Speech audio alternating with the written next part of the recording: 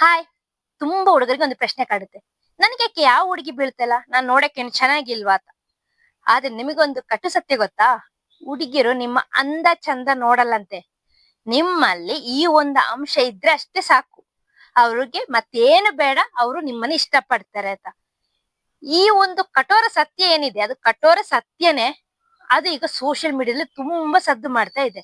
ಇದರ ಮೂಲ ಏನು ಅಂತ ನೋಡೋದಾದ್ರೆ, ಕ್ರಿಯೇಟರ್ ಒಬ್ರು ಒಂದು ಜೋಡಿ ಹತ್ರ ಹೋಗಿ ಕೇಳ್ತಾರೆ, ನೀವು ನಿಮ್ಮ ಹಸ್ಬೆಂಡ್ ಅಲ್ಲಿ ಏನ್ ಇಷ್ಟ ಪಡ್ತೀರಾ ಅಂತ.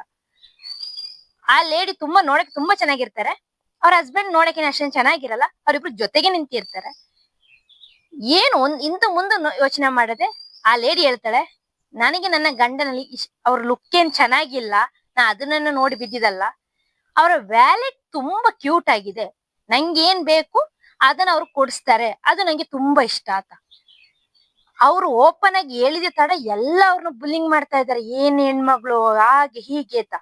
ಆದ್ರೆ ಒಂದು ಸತ್ಯಾಂಶ ಗಮನಿಸಿ, ಎಲ್ಲಾ ಮದ್ವೆ ಅರೇಂಜ್ ಮ್ಯಾರೇಜ್ ಆಗಿ, ಲವ್ ಮ್ಯಾರೇಜ್ ಸ್ವಲ್ಪ ವೇರಿ ಆಗುತ್ತೆ, ಬಟ್ ಅರೇಂಜ್ ಮ್ಯಾರೇಜ್ ಈ ರೀತಿ ಎಲ್ಲ ಬಂದಾಗ ಹುಡುಗನಲ್ಲಿ ಫೈನಾನ್ಷಿಯಲ್ ಸ್ಟೆಬಿಲಿಟಿ ಹೇಗಿದೆ ಅಂತಾನೆ ನೋಡೋದು.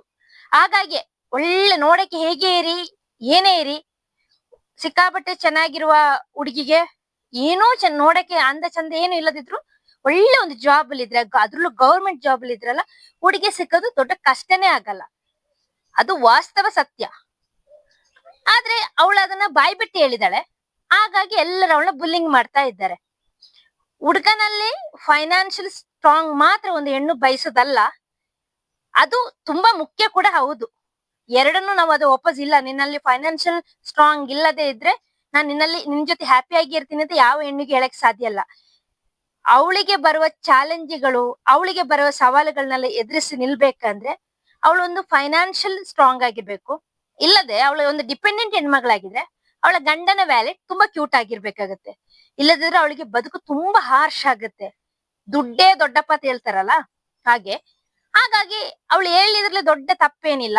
ಹಾಗಂತ ದುಡ್ಡು ನಂಬಿ ಹೋದವರೆಲ್ಲ ಚೆನ್ನಾಗಿ ಬಾಳ್ತಾರೆ ಅಂತ ಏನಿಲ್ಲ. ಎಷ್ಟೋ ಸಲ ದುಡ್ಡು ನೋಡಿ ಹೋಗಿ ಗುಣ ಇಲ್ಲದೆ ಅವರ ಬದುಕು ತುಂಬಾ ಕಷ್ಟದಲ್ಲಿ ಸಿಲುಕಿದ್ದು ಇದೆ. ಎಲ್ಲವೂ ಮುಖ್ಯ, ಬಟ್ ಈ ಹೆಣ್ಮಗಳು ಪಾಪ ಬಾಯಿ ಬಿಟ್ಟು ಈಗ ಸಿಕ್ಕಾಪಟ್ಟೆ ಟ್ರೋಲಿಗೊಳಗಾಗಿದ್ದಾರೆ ಅಷ್ಟೇ.